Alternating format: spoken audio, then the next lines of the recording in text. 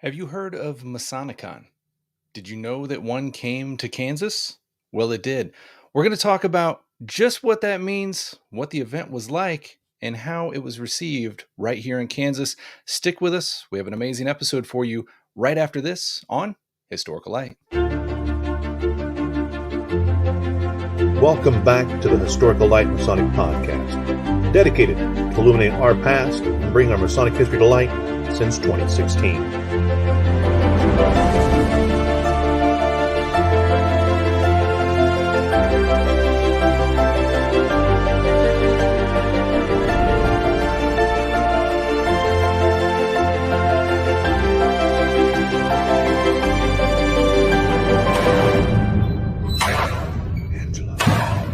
And now, enjoy the show.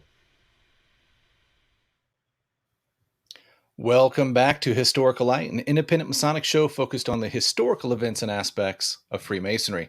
I'm your host, Brother Alex Powers. Pleased to be back with you, and we have an amazing guest with us this evening, not a stranger to Historical Light, most worshipful Daren Kellerman. Welcome back, brother. Thank you, Brother Alex. Great to be here on the show tonight. Fantastic. We are going to be talking about a really cool event that both of us were involved in. I can't remember what the name of. Oh, yeah. Masonic Con Kansas. Oh, that's right. Just this past weekend held it. And I think we got a pretty good show lined up. There's definitely a tale to be told there. Before we get into that, though, for those that haven't caught you on the show before, maybe weren't at the event, we want to give them a chance to get to know you. So if you wouldn't mind, give us a little bit of backstory, just who you are and what your Masonic connection is. Well, first of all, if you don't know who I am, it's because you haven't watched the show. And why the hell haven't you been watching the show? He's a big deal. Big deal, apparently. I've heard that so much. Oh, my goodness. There's a story to be told there someday. But my name is Daren Kellerman. I'm a Master Mason in Kansas. I work behind the scenes and in front of the scenes with the Grand Lodge. Just kind of a jack of all trades. When something's needing done, they kind of poke me, push me, or whatever, and trying to help out. And that's what I did with Alex at Masonic Con. And I just love to talk, apparently. There you go. So how did you get into Freemasonry? How did this journey start for you? Well, 3 distinct knocks is all it took. There you go. Did you have family history, or what was it that brought you to the craft? Yes. Well, no, I didn't have family. It was a friend of the family introduced me to it and spoke about it, and then kind of pushed a petition my way and got me in down in Fort Scott, where I was going to college at the time. And weirdly enough, the current Grand Master of Kansas and I went through almost at the same time together, just separated by a few months. So interesting. And we didn't know each other at the time. And I don't know, we just kind of vaguely knew each other there in Fort Scott. And then I moved to Garnett, and that's where my home lodge is. And I'm a charter member of Justice Lodge as well, Kansas's first affinity lodge. So that's right. And it's also a lodge that we did an episode around right here on Historical Light. So if you guys did not catch that, go over to the YouTube side or check it out on the podcast side. But go back and look for the episode on Justice Lodge, the first affinity lodge in Kansas. There's actually a really, really cool story behind that. The thing is, it's a great episode with a couple of the founding members.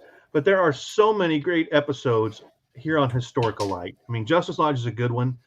And tonight's kind of special because just recent made history, but there are so many episodes out there. How many episodes do you have now, Alex? Well, this is, what is this? 113 is tonight. So, folks, you've got 113. You don't have to watch them sitting down in front of your computer. Put them on in the car, at work, wherever. That's what I do. If I can't catch the show live, when I'm at work, I just put it on the Bluetooth and listen right there as I drive around doing what I'm supposed to be doing. And it's a great way to catch up. So this may not be the episode you want to re-listen to, but there are so many great episodes out there. Oh, way to sell it short from the beginning. This is not the episode you want to re-listen to. Well, just saying, because most of our listeners were there. There's going to be a few that weren't there. That's fair. But we're already getting some comments calling you out about a few good points that we're going to bring up this evening. But before we do, we want to give everyone a chance and give a huge thanks to our Patreon supporters of the show. If you want to join the team, the family over here at Historical Light, we've been around since 2016, and we are solely focused around that topic of Masonic history. And we love to focus on kind of the more untold stories, lodge histories, individual histories, and bring those to light and illuminate our past.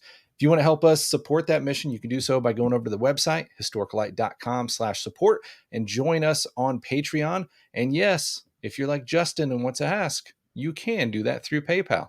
So there's a QR code on there, or you can just go to the URL, historicallight.com/support, and support us through Patreon. And we don't have to show Masonic Con Kansas anymore because the event's already happened. You can't get tickets. It's done. But we're talking about it tonight. And the reason we've got... Hang on now. Did well, we just get what? a new Patreon? Is Sean a Patreon subscriber now? Sean is a Patreon Welcome subscriber to the club, now. Sean. Entered Welcome, apprentice Sean. from Gardner Lodge. Welcome to the true. Patreon club, pal. Great move. Sean's awesome. And he was at Masonic Con as well. Just very new, became an entered apprentice weeks ago and already signed up for a Masonic conference. And not just that, you would expect an EA to kind of be hiding in the back. No, he was coming up with some really good pressing questions. I saw Joe Martinez kind of like, what did the EA just say? So I'm excited about him. I think he's on fire. Which is interesting because Joe is one of those guys who offers classes just for EAs and the new guys in Freemasonry. So to get that kind of a comment from Joe, big kudos to Sean and what's going on in Gardner Lodge. 100% doing something right. So why do we have Brother Daren Kellerman on the show this evening? And the reason for that is we were lucky enough for him to agree to come on as our inaugural Master of Ceremonies for the event and really did a fantastic job. So first of all, thank you so much for that, because the event would not have been what it was without your personality, your expertise, and your devotion. Appreciate those kind words, Alex, but the reality is, at least for me anyway, the presenters made it so easy. I just get up there, I'm a talking head and a big head, as it were. But those guys and then the panel of gals, they made it so easy. And I introduce them and they just do what they do. And the attendees, virtual and in person, just ate them up. So it makes me look good, I guess, but they did all the hard work. 100%. No, it went fantastic. So for those of you that aren't familiar with what a Masonic Con is, I got my first dose of this several years back in Ezekiel Bates Lodge up in Attleboro, Mass, under the guide of Brian Simmons, who we were also lucky enough to have as one of our founding speakers for this event. He did a fantastic job talking about some of those lesser known stories around the American Revolution, which was really, really cool. It was a long day. It was a very long day. We brought this to Kansas. We did a meet and greet Friday evening, which was kind enough to be sponsored by Amity Travel Safely, which was our setup time, which is originally what that was, because we were using an office facility. Those state of the art, had all the tech, huge classroom in place. Shout out to Keller Williams, right? Keller Williams provided that. So that was awesome from them. So when we started this adventure to bring Masonic Con here, typically any you go to is always in a lodge. And that's where we were looking first. And Kansas has some great lodges. Looking at a lodge, a temple that is big enough to support this type of crowd, limited that down quite a bit. And I feel like some of them are just in the middle of nowhere. And then looking at the ones that are in that convenient location really, really limits what you have. So we were looking at a few of those lodges, but the effort and the cost that it was going to take to bring in internet service, the technology we need to get all this set up was going to be quite the undertaking. And then the space was offered up to us by Keller Williams Key Partners in Leawood, Kansas City Metro.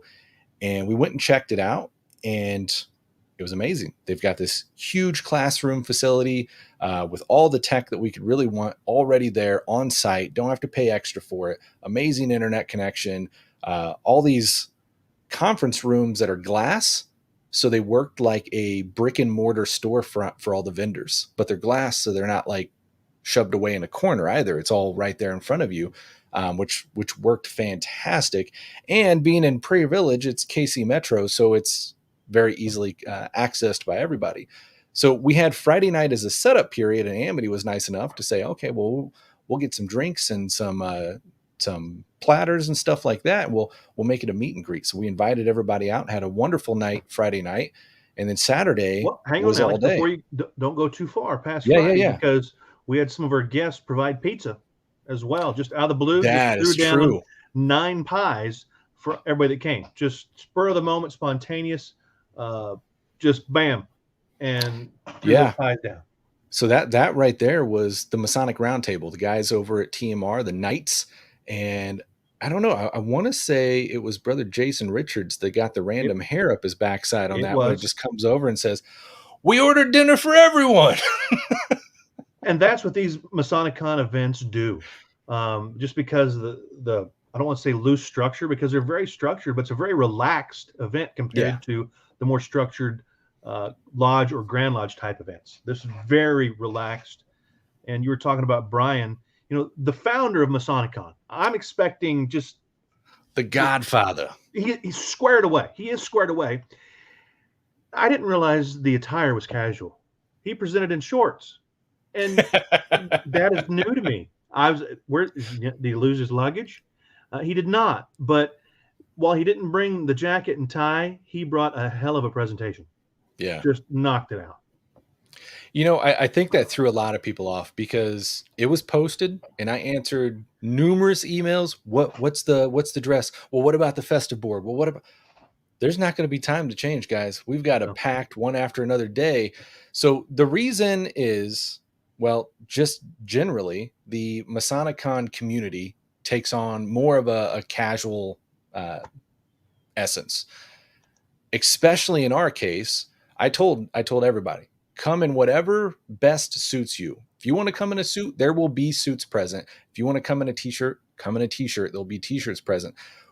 All said together, if you got the Founders Pass and you were there from registration through the end of the festive board, it was around 15 hours. So the emphasis was on community and education. And with that long of a day, if you're not comfortable in a suit, education and community are the keys there. Come comfortable. That was kind of our philosophy. It was, and wonderful. I think it went over well. It went over great. I saw people in suits, but I saw, again, people in shorts and t-shirts and everything in between. And there was no issues at all whatsoever. None. It was wonderful time. Wonderful time. Definitely.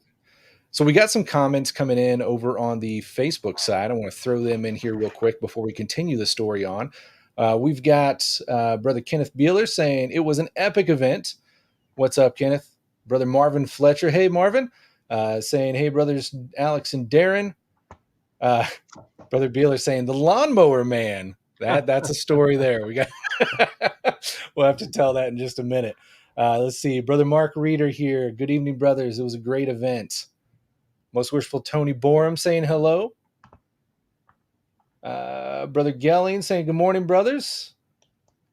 Yvette Powers, welcome. Thank you for sharing us out. New follower, Yvette. Welcome, Yvette. And was a part of Masonic Con Kansas. That's right. She was a huge part. Yeah, we'll talk about that.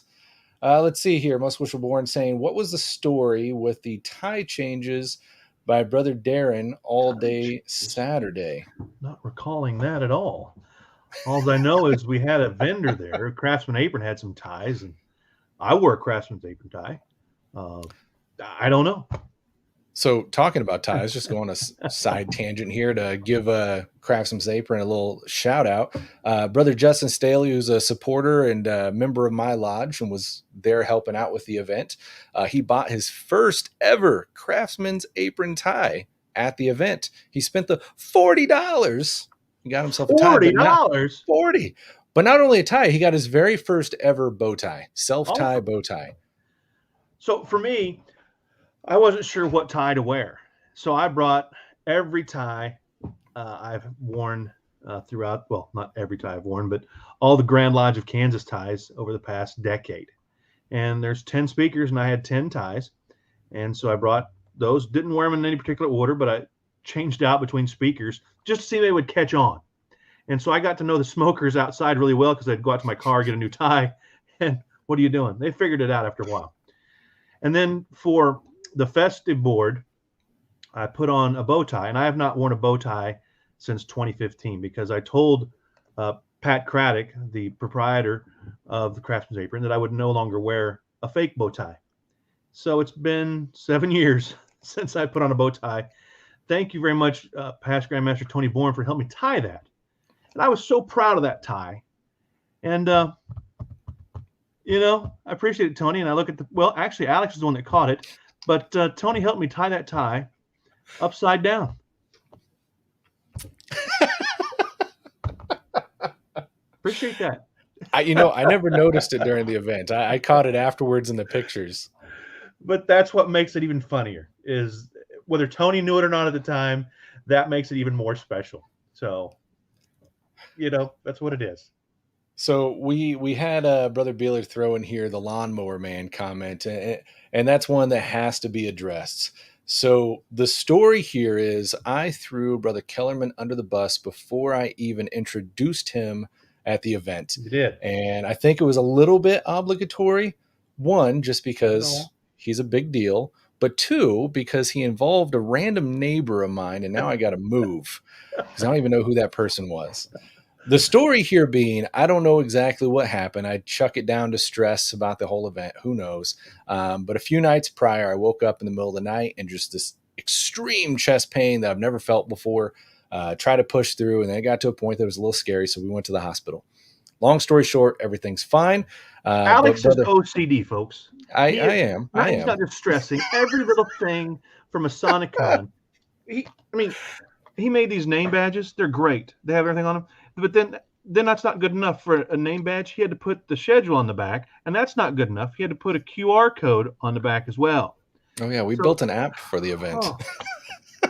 And that's just for the lanyard when you get there. There's so much more when you got in. I mean, he had swag bags for everybody, T-shirts for everybody in their swag bags. There was all sorts of stuff that he and his family put together. So he is stressing and basically has a heart attack. He's basically dead in the hospital. Dead. Now you sound like my wife's family. I died and I came back 12 times, got shot. Yeah. That's what happened. Well, so I'm at work and we've got all this preparation going on, and Brother Kellerman sends me a text. What can I do? And at that point I said, I appreciate the offer, but I've just got a bunch of little stuff. I'm good right now. Mainly we've got guys flying in early. Got to get the house clean to make the wife happy. She's freaking out about the house, wants everything dusted, all the corners, spotless. So I made the joke, unfortunately, saying, unless you want to mow my lawn, ha, ha, ha. Conversation ended, went to a meeting, hit his own thing. Didn't know that he was getting in the car at the time, because I don't know how this guy made it from Ottawa to Gardner in that amount of time, but in what seemed like a few minutes, I get a motion alert on my front door, and I don't, unfortunately, have the pictures keyed up here, but they're findable. But I get a motion alert, and I see this guy in my front yard with a lawnmower that he brought from his own house, mowing my lawn, and all I'm sitting there in a meeting going, "Oh my God, Kellerman, it was a joke." But that's Kellerman. He's that guy. He's a big deal. The neighbors came out and applauded. It was crazy. I mean, they were expecting a hay baler is what they thought was going to be needed for the lawn. So. We'd been a little busy getting ready for the event. From Masonic Con. Need mode, yeah. But this guy, he couldn't just let it go at mowing my lawn and letting me say thank you. He had to get some nice pictures. So then I see him on the ring camera again in a long tail tux and basketball shorts and a top hat. And I've got a random neighbor out there taking pictures while he's posing. So to start the day off from Masonic Con, the first thing we did is I threw up the Ring doorbell video of him mowing the lawn in 200x speed. And then we threw up the funny little pictures of him posing, and then introduced him because he didn't want me to tell anybody. So we threw him under the bus first thing. And the reality is, Alex, and we joke about it, but brothers do things like that and more all the time around That's here. true. And for me, it was just like, I know you and your family have been busy, and I have no doubt your wife was stressed out about that. So while it was a joke to you, I know there's a lot of seriousness going on there, and the things need to be done. And that's what brothers do. And we see stories on that on Facebook and elsewhere all the time about brothers just stepping in and doing those things. And for me, day off, I mean, I could mow your lawn or I could mow mine. So just saying. But and you weren't letting a lot of people help with what Masonic Con prep was needing done. So that was something I could do, and it made me feel like I was contributing. And watching the whole thing roll off Friday night at the meet and greet, Saturday day at the event, and then Saturday night at the festive board. I mean, all the hard work and preparation, and the other Masonic Con people know the work that goes into it. And just Yeah. getting to peek behind the scenes, I don't know how you did it, but it was wonderful. And I know a lot of the Grand Lodge of Kansas guys were very impressed as well. And they're looking at implementing some of the things that you did at Masonic Con Kansas into some of the Grand Lodge events. I'm trying to keep those proprietary secrets for you, but there's only so much I can do. That was a really cool aspect, though, because I know bringing something of this nature to Kansas for the first time, or any jurisdiction for the first time, is daunting for a grand jurisdiction. Like, oh, Mm-hmm. and I'm sure they had those daunting moments, but they showed up in full support, which was fantastic, and truly appreciated. And I even saw the Grand Master fully engaged, and during the festive board having full out belly laughs. So it was really cool seeing everybody just fully invested into this Masonic Con spirit. That's a little bit different from the normal festivities that we partake in. So Masonic Con was very intense for me as a Mason, and I've been a Mason 25 years now. Um, and I come from a small rural lodge, and then I belong to my Fendi Lodge, which focuses more on educational. So you like to think that you're doing okay, and then you come to this event where it specializes in Masonic light and paper presentation and those things, and I felt like an eighth grader in a high school physics class or a college physics class, because some of this stuff is just deep stuff, and it made me realize there's so much more out there. And most of the attendees were just eating this stuff up. And the Kansas guys, most of us hadn't heard these speakers before. We may have seen them on this show. Go back and watch the archive shows, folks. There you go. There's your plug. But very impressive. I mean, we're here getting Robert Marshall. We're getting RJ. I should go off through the list, but I mean, these presenters are awesome. We heard from John Tay Gold from Prince Hall.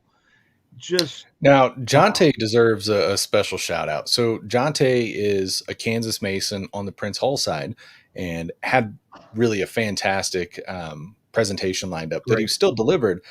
But he calls me the day before, and it's still a bummer. But he calls me the day before, and just being in true Jonte fashion, said, "Hey, look, I have zero symptoms. I feel perfectly fine. I got a small procedure I'm doing on like Monday. So they made me get a test, and I came up COVID positive." And I'm like, oh no. I mean, this is hours before the event starts.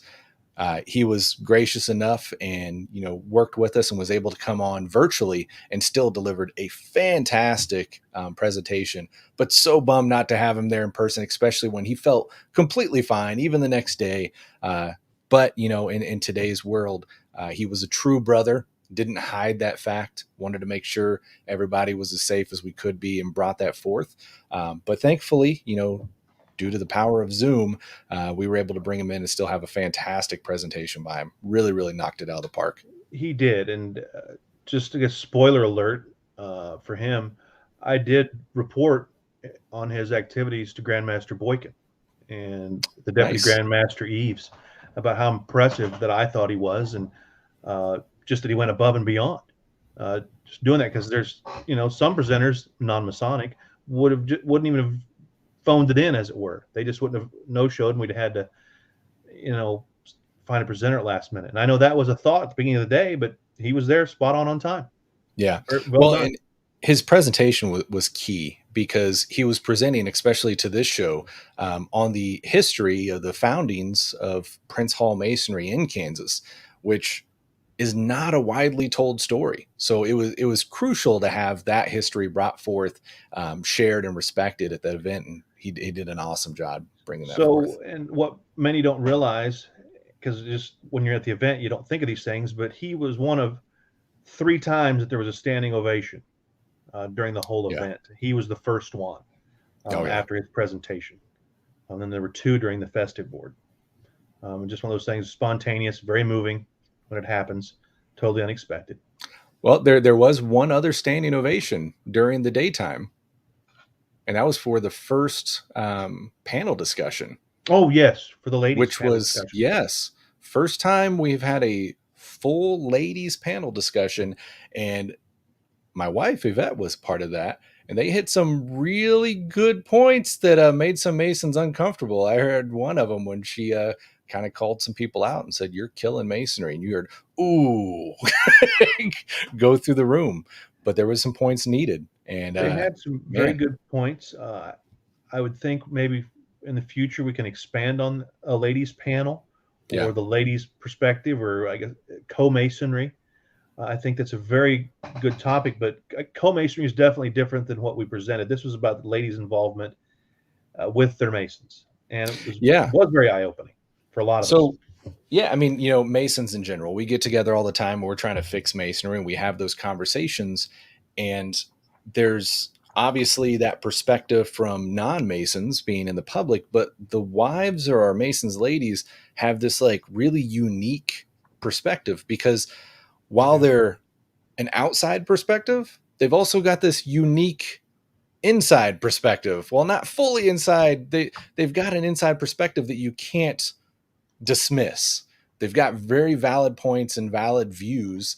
And so this was the ladies fully taking on masonry as we know it today and kind of telling us the stuff that is uncomfortable to hear, but needed to And be said. I see there's a question there on Facebook about the highs and the lows, and I'm not so Yeah. sure that this ladies panel wasn't one of the highs because of that whole different perspective. Basically telling us that when they come to our event, whether it's Masonic Con or Grand Lodge event or basically a regular lodge meeting, they're not there to do the housework and the upkeep of our lodge. They're Mm-hmm. there to enjoy it, and we need to do our own work in our own lodge. And for a lot of us, it's just kind of like oh, how do we miss that? Yeah. And there was a Well, lot of those how do we miss that moments with the oh, ladies panel. 100%. And the cool thing was the other member of this panel was Beth Jarzabek, Michael Jarzabek's wife, and she came down from Massachusetts to be a part of this. So not only do you get a perspective of right here at home, but you also get that outside perspective of another jurisdiction being up in Massachusetts. So that really brought it kind of around in that cycle and went across really, really well. Yeah, and finish on that question about the low of the event. Um, well, it had to end. I think that would be the low. Um, I don't know. It's just there was so much packed into it, so much packed into it, and it was rough. I mean, because I enjoyed every moment of it, and we even had a speaker scheduled over the lunch hour, Yeah. and Lane came down from Canada, drove down 2 2 days days. Yeah. from Canada just to be here to deliver during the lunch hour, and that's available for all you attendees. Be available for the next year on the replay. But it was very good, and he even gave handouts out to some of us. But that was a great presentation. But I mean, you can't ask for more. But saying that the low is everything was crammed in there, but that's what you get at these events is just everything stuffed in your day. There's not a moment wasted during the breaks. Even if you get tired, when you get up and stretch, you go see the vendors. We had great vendors this year as well. There's so much to talk about at Masonic Con Kansas, Alex. But as for low, I'm not sure there was.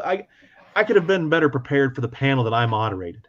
I train wrecked on you guys for a technology panel, and it was just so good, and there was so much there, and I didn't really pull that out of you and the other panelists about the technology there. So Yeah. apologies to the attendees for that train wreck on my part. I But don't think it was a train it wreck. was I just think we still had a very good conversation. we did, but there's just so much technology there, and the five panelists that were there, just wow on that. Um, if we were to examine the speakers, yeah, they were all awesome. They were all just awesome. There was not a dud in them. There was something there for everyone. Again, we had guys who had been Masons for a long time, and then we had an entered apprentice there who was, very interactive. Yeah. Um, So to kind of touch on the historical aspect here, you've been a Mason much longer than I. You've been through the lodge line, you've been through the Grand Lodge line, you've kind of seen it from all these different angles. So with Masonic Con Kansas obviously being a different format of an event, in your time as a Mason, have you seen or even heard of something of this nature coming to Kansas prior to this event? no, every grand jurisdiction has, well, not every. Kansas is very fortunate. We have a leadership academy type event here in Kansas where they bring in, have several breakout sessions throughout the day, but nothing where it's just stuff that packed. But again, it's so structured like that. And most of the official Grand Lodge events use hometown speakers, which is great. I mean, because that's what's Sure. affordable, being that we all do it for free. And you kind of get the same thing. I don't want to say recycle because that's not true, because those leadership academy provide great topics for the attendees. But on this is purely educational, bringing speakers to talk on educational topics, whereas the leadership academies or leadership seminars are trying to help the Masons be better leaders in their lodge. Right. And for education, I mean, this is the Grand Master of Alaska traveled, I believe, on his own dime to be here for this. Yes. There was a lot of people from both coasts came in. I mean, from California and from DC, all those, I mean, they came here. These aren't Grand Lodge officers we're talking about. They came as Masons, as Freemasons on their own dime to hear all these speakers to Kansas. And you don't get that. And that happens with these con events. I mean, that's the name. Yeah. That was one of the highlights for me though. And we talked a bunch about this kind of in the lead up to it, but the sheer amount of people that travel in, I mean, it's always wonderful at any jurisdictional event to see the guys from the other side of the state, or even just across state line that, you don't see on a regular basis, but a lot of these guys traveled in from so far that you see them all the time on Facebook. They're known names, but maybe never met them before in person, or just, only get to see him every great once in a while. And this was a really cool event, especially for guys like Sean, our EA, that's just coming in and he's just, fully on fire for it. So he's diving into the podcast. He's getting to know these names. He's seeing these guys, and then boom, here they are in person. Which I think is, just quite the experience to be able to sit down and have a personal conversation with some of these brothers, especially at the level of EA, when that's just kind of surreal to you. It really led to a unique opportunity that I haven't witnessed in our jurisdiction before. And for me, so let's say that 100 people attend a leadership seminar from the Grand Lodge of Kansas. I'll bet you 50 of those people were at Masonic Con Kansas. And then we had 50 more from not in Kansas. And you'd have never known, except for maybe a Canadian accent here and there, that we all didn't coexist together every day. Everybody got along so well. It was just wonderful.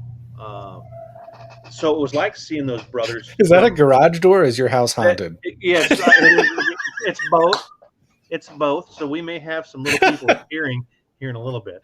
I was like, you got this. Ooh, we can't. That's worth the rewatch, folks. 36 minutes in, there's some weird noise at Kellerman's house. That was fantastic. Well, you're into that spiritual stuff. Speaking of spiritual stuff, during one of the breaks, I go down the vendor hallway, the Esplanade, whatever it is.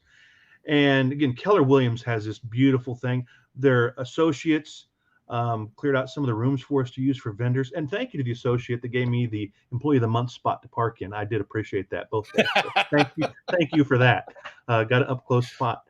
But down at the end of the hallway, I go down there, and they got this table laid out, and they're dealing tarot cards.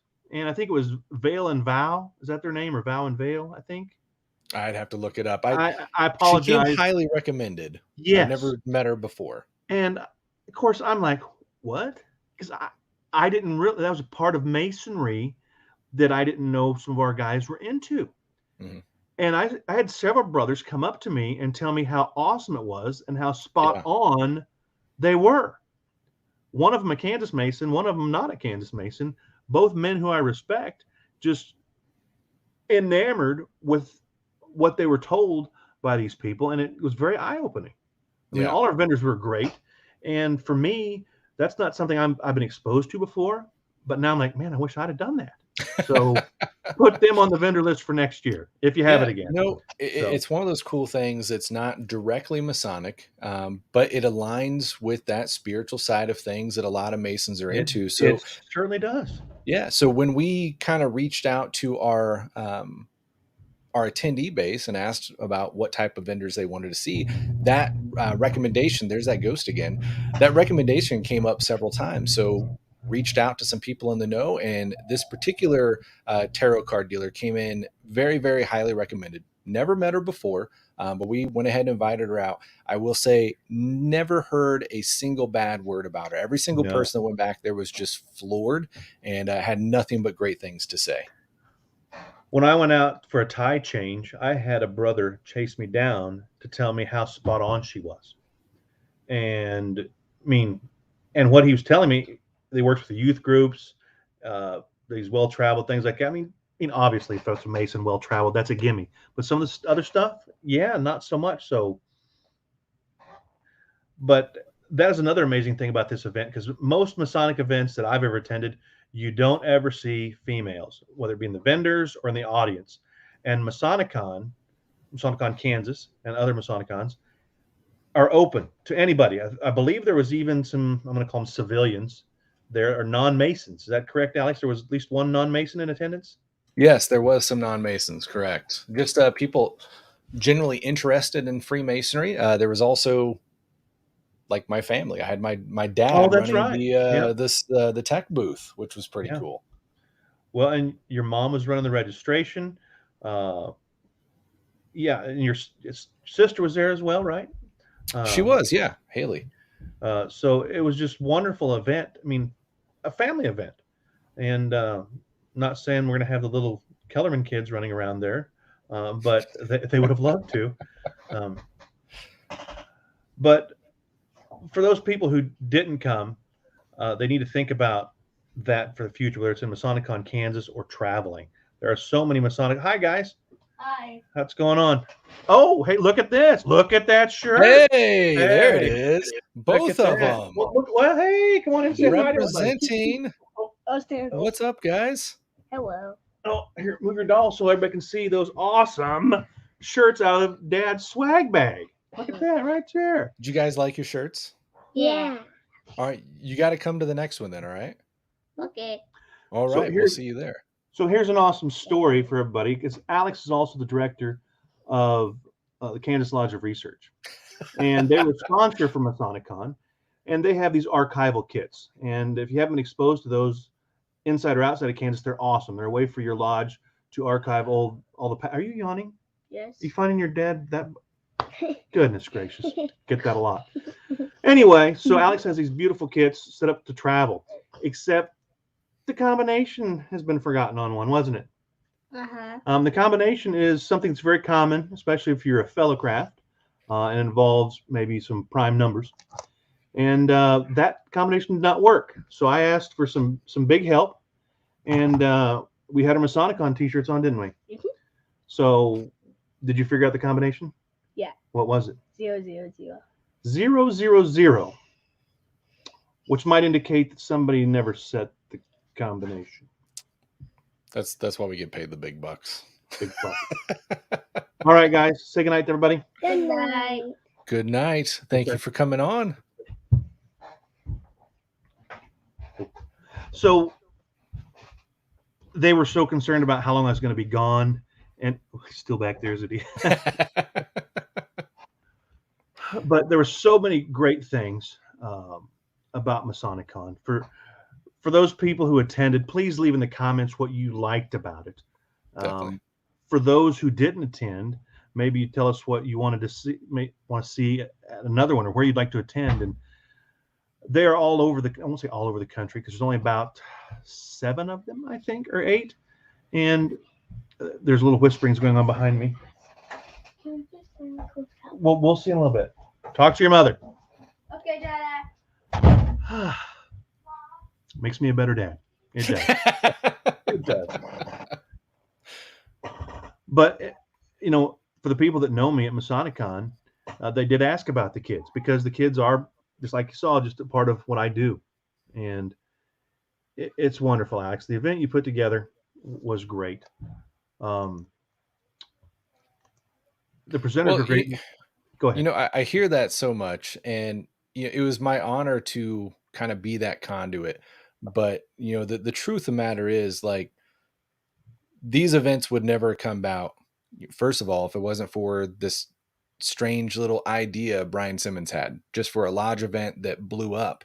But at the end of the day, the only reason Masonic Con Kansas could have ever been anything is because of everyone that attended and supported it. It couldn't happen just because I wanted it to. It happened because a lot of people bought tickets and we brought it together. I mean, they watched exactly. Yeah. So and honestly, it was a huge group effort, and I was just honored to be able to connect the dots for it. So for me, I've watched the show, of course, but I have never actually met any of these guys. Virtually nothing. I've been on several shows or watching with them, and I've never met RJ before. And he gave a great presentation on Adam's grave. But he comes up and hands me this box at the meet and greet. And yeah, of course, who knows what's going to be, an exploding box or something. But he owns, and I did not know this because I'm not that good of a follower, because apparently I'm old and don't use social media much. But he has a leather company. It's great for a name drop right there. And I'm Skull and Crown. There you go, Skull and Crown. It's got a website, the whole shebang. And he made me a custom keychain. This is what he does. There we go. There you go. And so it's got the engrave. So he hand cuts these and hand stitches these, and then he does the engraving on it. But he also put an awesome little, my initials on the back. And so big thank you to RJ. I mean, totally unexpected. We've never met before, and so you'll be getting the twins for a weekend as my sincere appreciation for that. Yeah, RJ is really. I remember it's probably I don't know, a year or 2 ago, he was, saying he wanted to get into this leather stuff. I'm like, oh, sweet. And he is, man, just gone crazy with it and excelled so far. He's putting out some amazing stuff. So if that's something you guys are into, definitely go check him out. Sure, it's on his Facebook and stuff, but Skull and Crown Ltd is the company he's doing it under, and really, really good quality stuff and made by a Mason. And these Masonic Cons, the education is great, but just that interaction with guys like RJ or Robert or Sean. Yeah. Speaking of Sean, I stayed for the luncheon presentation from Lane, and when I went outside before that, some of the brothers said, "Hey, can we get you something to eat? We want to go out and grab a bite to eat. Can we get you something?" No, I'm fine. I'm fine. But those guys were so thoughtful. They went to a barbecue restaurant and they brought me back some takeout, and very much appreciative. And but I just couldn't do it. I didn't want to get it all over my tie and such. So I passed those green beans on to the youngest entered apprentice in the room. So very thoughtful of the brothers that brought me back fresh green beans from a Kansas City barbecue restaurant. No right. Barbecue in there. That true love right there. So two things real quick. One, I got the name of the tarot person. I want to give them a quick shout out, because from what I heard, they did an excellent job. Excellent job. It is Allison Sasso, I hope is how you pronounce that. And she's with Veil and Vow Tarot. And you can do that at veilandvowtarot.com to find out more about her. And what I can say is I know a ton of people went in and had sessions with her. I did not hear one bad word, let alone a just, whatever word. Everyone I talked to was just absolutely floored by her. So she must be pretty good at what she does. So while you're there, Alex, I don't have my list with me, and I'll miss about 3 of them. The vendors you had, these are men and women that supported Masonic Con and made this all possible. I mean, we all bought tickets, and that covered all this stuff. But these sponsors Definitely. and vendors made this stuff happen behind the scenes. And some of them, like Past Master's Thoughts, he just threw down a sponsorship, and then he donates a bottle of, Grandmaster's whiskey, raffle That's off. right. He didn't. The room that was set up for him was empty, which makes Right. it funny because there's a Past Master's Thoughts and it's an empty room because contemplation. Very good. Well done, Dwayne. Well done. But Yeah, so let's run through that list here. So, of course, Historical Light, the Craftsman's Apron. We had Patrick Craddock there, had an amazing setup.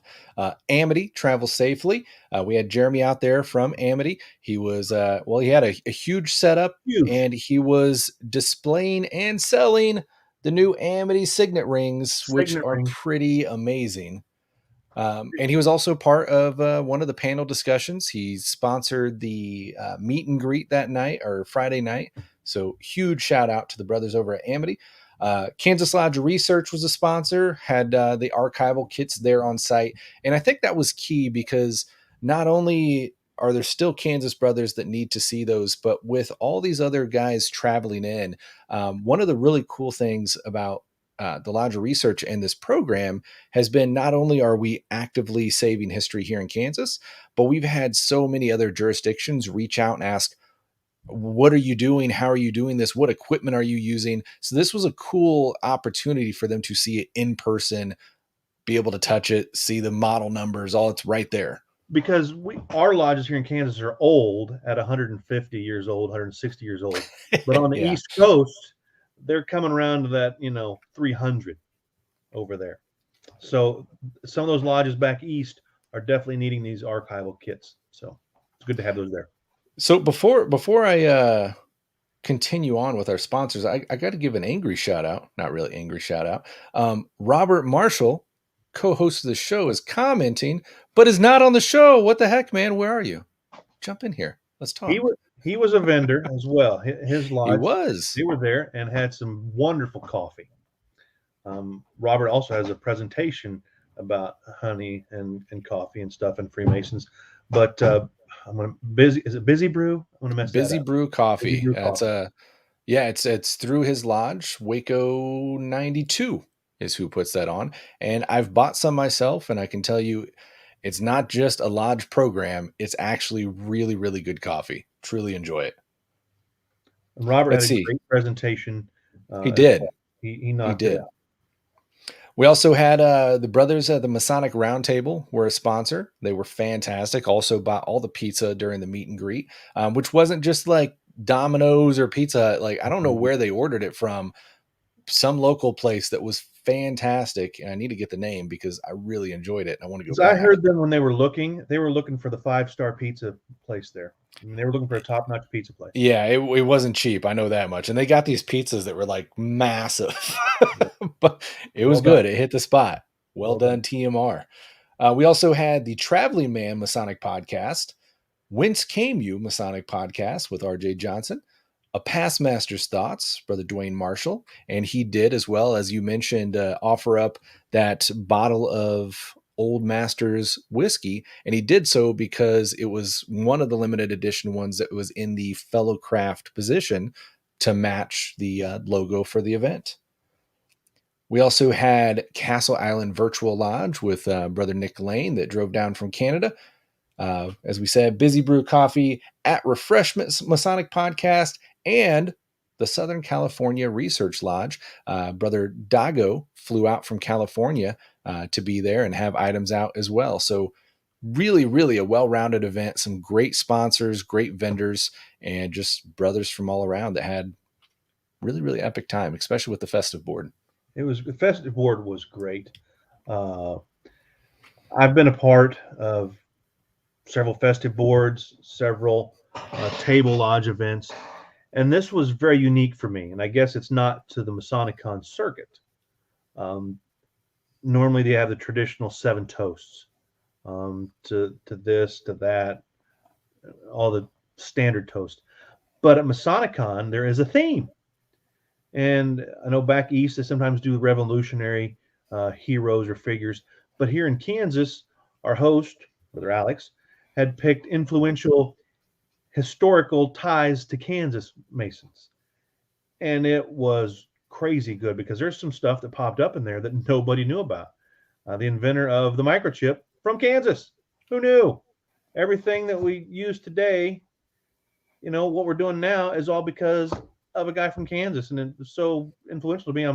I've drawn a blank on his name, so apologies for there, but just amazing. There was a toast to John Brown that got a standing ovation.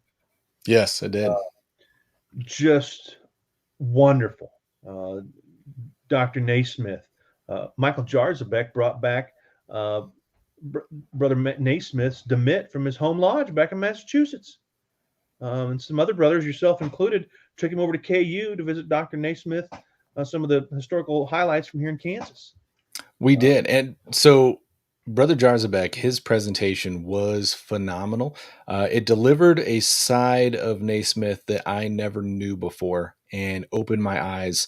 I knew he was an important figure, but I think the side of him that Jarzabek presented to me is more important than his legacy in basketball, which blew me away. Huge. I didn't know he was that well-rounded of a guy. I mean, who knew that back in the 30s he was involved in racial equality?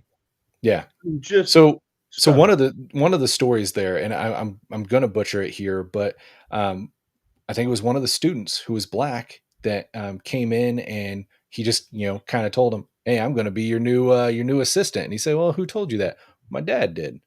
Well, dad's always right. And just, in a time where that was not the norm, not heard of, not accepted widely, Naismith didn't blink an eye at making that happen. And the stories of that just went on and on and on. And it blew my mind. I'm like, wow, this side of Naismith is what needs to be remembered. We remember him because of basketball, and that's great. But this side of him was and he just didn't want to phenomenal. be remembered for basketball. He said many times that. And that's amazing thing about these Masonic events, like a Masonic Con or any event where they're presenting Masonic light. Brother Jarzabek flew in and brought his wife. I mean, so whether he's a paid speaker, his wife certainly wasn't. So this is an expense for him to come in and educate Kansans about a famous Kansan that we all know and love for one thing, and he tells us something different, and now we love the guy even more. I mean, it's just one who was expecting one thing and just bam. Talk about Masonic light. I mean, it was like Michael just had a spotlight on us, just beaming it into our heads. What about Dr. Naismith? Yeah, Jarzabek did fantastic. And one of the really cool things, and we'll tell a little behind the scenes story here of both Stoops and Robert Marshall, is we took Jarzabek and Brian Simmons. Yes. Past Grandmaster. We took them to the grave of Brother Naismith, and Jarzabek's done all this research and is really invested. And I said, well, he's buried in Lawrence. I think it's only fitting that we make a run up there when you guys get in and we go visit that. Everyone was making fun of Brother Stoops a little bit because he's driving around. He was dressed like a mobster, and he sits so low in his car, and he's got these dark shades on. He looked like a hitman everywhere we went, which he just flowed right in with. Yes, I am. But we finally found Brother Naismith's grave out there, and Jarzabek, I'm not going to say the whole story, but may have strategically placed some things that will remain there for years to come, which was very, very cool at the moment. Well done. And during that moment, we kind of noticed Robert Marshall disappear. I saw him walk away, and I thought he was just stretching his legs, and he's gone. Just so happens that there's another older cemetery across the road that went on forever that I think it was his great-great-grandfather was buried at. And so then we had to go track down Robert Marshall. So the joke was the Historical Light hosts always get lost when they're at a Masonic Con. So we had to, well, and when I was in Boston, I got lost and Brian Simmons found me in a graveyard at Prince Hall's grave. So there's some kind of weird connection there with the Historical Light guys. But let's see, Robert's commenting, but still not on the show here, saying my grandpa, my great grandpa, my great great grandpa, and two of my great great great grandpas are all buried. Wow, in that one cemetery. There was a Yeah, lot yeah, of tombstones over there. a lot of great things happened during this. Another thing from the festive board, it was wonderful because I'm up at the front because somebody's got to do the talking, I guess, and everybody else is just crowded around out in there. And our entered apprentice, he's out there looking for a place to sit, and I happened to comment. Grandmaster and Deputy Grandmaster of Kansas were in attendance. I happened to point that fact out to them, so they went and grabbed Sean and brought him up to the front table and set him in the northeast corner, which for Masons and non-Masons, it's a symbolic spot for that apprentice. So the apprentice sat in the northeast corner, and then on each side of him, he's flanked by the Grandmaster and Deputy Grandmaster of Kansas, which you would think might be a little bit stressful, but it wasn't. I watched them through the whole evening, and they appeared to be chatting like old friends. Yeah. So I hope it was a memorable event for all three of those guys. And I know we're coming upon the top of the hour, but I'll just finish up by we were getting ready to do the final toast. Some people call it the Tyler's Toast poem. And can I tell the story? Is this okay? Yeah, go for it. And for me, the festive board was very special. And again, I thanked Alex that night. And I thank you again because I've done a lot of cool things by luck, but I've never been a host of a table lodge or festive board. And I think we mentioned that on the show one time, and weirdly enough, Alex put me there. So it was a very big honor for me. And I've also never got to give the Tyler's Toast ever. And there's some traditions that should just stay the same. So unbeknownst to Alex, who was expecting me to give that, I went out and selected certain people to give parts of that toast, the different stanzas. And myself and those people are the only ones that knew. So, we go with a person not from Kansas. Then we go to a woman giving a Masonic type toast. How unusual. And it goes around the room, each one pausing. So there's a delay in who's going to give the next toast. And then as we come to the last stanza, we got to finish it out strong. I'm going to go with the oldest Master Mason in the room, of course. But no, I'd pick the youngest entered apprentice to give the closing toast there for that. So it was beautiful. It caught me off guard. I didn't know it was coming, and I've always only heard it by one person doing it. So when you kind of stopped, and then my wife next to me starts speaking, and then someone on the other side of that, I'm like, whoa, this is awesome. And I don't think I'll ever be happy if it's not done that exact same way every time, because it was perfect. Well, it's enjoyable for watching an OCD person like yourself flip out. So, so as part of the festive board, Alex, and I know we've talked about on the show before, Alex had made these Acacia wood coasters. Let me try and get it out here. Oh, there we go. Engraved with the Masonic Con logo. And he'd also made some tumblers. Of course, he didn't make the tumbler. He did the engraving on them with the Masonic Con Founders Club tumbler. So those were take-home items from the festive board, and all the attendees, I think I can speak for, say thank you, Alex. It was beautifully well done. And, I haven't traveled to other Masonic Cons, but this is what we're doing in Kansas, folks, right here. So as we're coming up on the hour here, to get ready for the toast. So you mentioned, you had the honor to just be in that spot, and really you didn't. There was a little bit of strategy there because I'm a symbolism guy, and Masonic Con was a massively important thing for me. When I came into Masonry, unfortunately, it wasn't the best situation in the lodge. Great brothers, just an unfortunate situation of the young versus the old that just didn't mesh. And because of that, I came into Masonry and very quickly was like, I felt out of place. And there was some serious conversations about maybe Masonry's not for me. And I was kind of on the verge of just giving up. Um, I can't remember exactly what it was. I know the Masonic Roundtable was a huge, I know what it was now. Masonic Roundtable was a huge part of me going to Masonic Con. But I just started Historical Light because I transferred because of the issues, transferred to Gardner where I'm at now. And but I was still just kind of, it was better, but I was still struggling overall. And because I started the podcast, there was another brother that had a podcast and he wanted to get all the podcasters together for a photo. That didn't happen. A lot of guys backed out. A few of us got together for a photo. I think it was John, RJ, and myself, I believe it was who it was. But I made it to Boston, and first time I'd traveled as a Mason, especially out of the state, and experienced Masonicon up there. And it relit that fire for me and opened my eyes to Masonry in a different way. And I kept going back because I kind of lived for that experience. I knew what Masonry meant to me at that point. Uh, and this was all very early on in my Masonic journey. I came back and we didn't have that Masonicon here. And I kind of struggled with my Masonic experience here.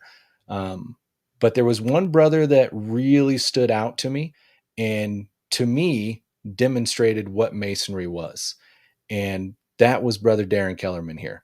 I believe it was my second year as a Mason that you went in term as Grand Master.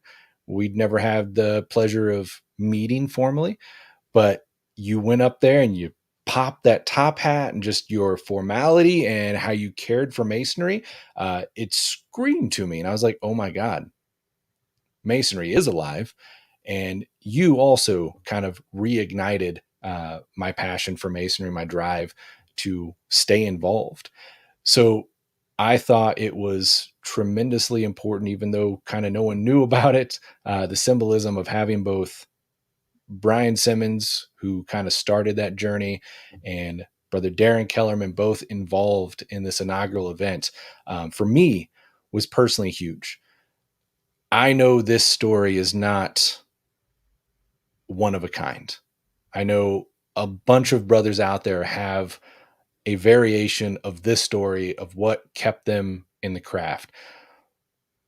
What was amazing is right after the event, before we went into the festive board, I had a brother, and I'm not going to name drop, but a brother came up to me as a Kansas brother, tears in his eyes before he approached me and said, "You don't understand how close I was to demitting. And this here today has changed my mind about Masonry. Thank you." I was speechless. And it just reaffirmed everything for me and put it into perspective. And like I said, so many brothers out there have a variation of that story. So tonight, brothers, I want to toast to that guy. For me, Brother Brian Simmons, Brother Daren Kellerman have been that guy. And I know there's so many others out there. And those guys are the ones that are helping keep Masonry alive, keep Masonry growing, and get it back on course. So, brothers, to that guy. To that guy. Fantastic. Well, we're at 9:04. Brother Kellerman, any final thoughts? I do. I know you made an announcement, and it's funny because you don't often see a 20 or 30-second video clip get cheered. But I know the day of Masonicon, all of a sudden it's painful sometimes, somewhat scary when you see the elected Grand Lodge officers huddled in a hallway or an anteroom. Turns out they were taking a vote. And if you'd like to elaborate on what they were doing, because you're the one that caused them to do this. So I didn't know about that part until afterwards. There was some hesitancy about Masonic Con when the idea first came about. just because. Hesitancy. Well, There was chaos at Grand Lodge of Kansas. there was hesitancy. So I wanted to start planning, but I did not want to before the event when, we're getting up on it and all those worries are coming back of, is this really going to go okay? Or is it going to be a crapshoot on Kansas? I didn't want to ask ahead of time. But I went ahead and made kind of a teaser video for 2023. And I let a little bit of the morning get by to give them a taste and say, okay, we're not burning the place down. It's going good. And then at that point, I approached our deputy grandmaster and kind of felt him out. What do you think? And he had nothing but good things to say. And so I told him, I said, hey, look, I made a video talking about 2023, but I wanted to get your idea. And what do you think about doing another one of these? And he just kind of smiled and he tells me, well, that's funny because we just got done voting. You're doing a 2023. So there it is. Masonic Con Kansas will be coming back for another edition in 2023. How wonderful. So I don't know how you're going to do this, Alex, but you're the tech guy. So for all the people that joined us tonight, you need to leave a comment in there. So the comments will shut off. The timestamp will be, I don't know whether it's 9, 10, I don't know, whatever. But Alex is going to take all those names of people that have commented. Just so if you comment, you only get one of these. But I love Masonic Con so much. I'm coming in 2023. I'm going to buy a ticket for me. I'm terrified where this is going.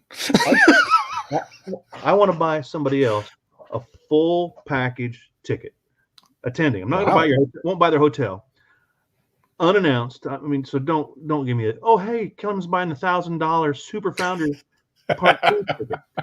This will be for the full package, the full attendee package with swag, with the festive board, the whole smash. Alex will do his little randomizer thing, whether it's live or however he does that magic. But we need to do that. However you need to do it, Alex. But that's that's great. I was just about to say just how ridiculous the cost is going to have to be next year, but that's okay. We'll get to that later. No, that's super generous of you, and we will definitely make that happen. That's what needs to happen here, because we have to share the light here, and these brothers are coming in to do that. The speakers, the vendors, and if I can help one brother attend, I need to do that, because they could be that guy for somebody, and they could meet fantastic point. Other guy at Masonic Con. Yeah, and that's true whether it's Masonic Con or a formal lodge activity. It could happen anywhere. You don't know. Yeah, I mean, you could be that guy. I could be that guy. They could be that guy, and it's up to us to allow that to happen. Fantastic. Well, you heard it here, folks. Get your comments in. Brother Kellerman will be sponsoring one full event ticket 2023. With that, I want to thank you all for joining us live this evening. Thank you for all the comments, and thank you, Brother Kellerman, for being that guy for me and being that guy for Masonic Con Kansas 2022. It was fantastic, and we can't wait to see you again. Till next time, everybody, stay safe and keep illuminating our past. Take care.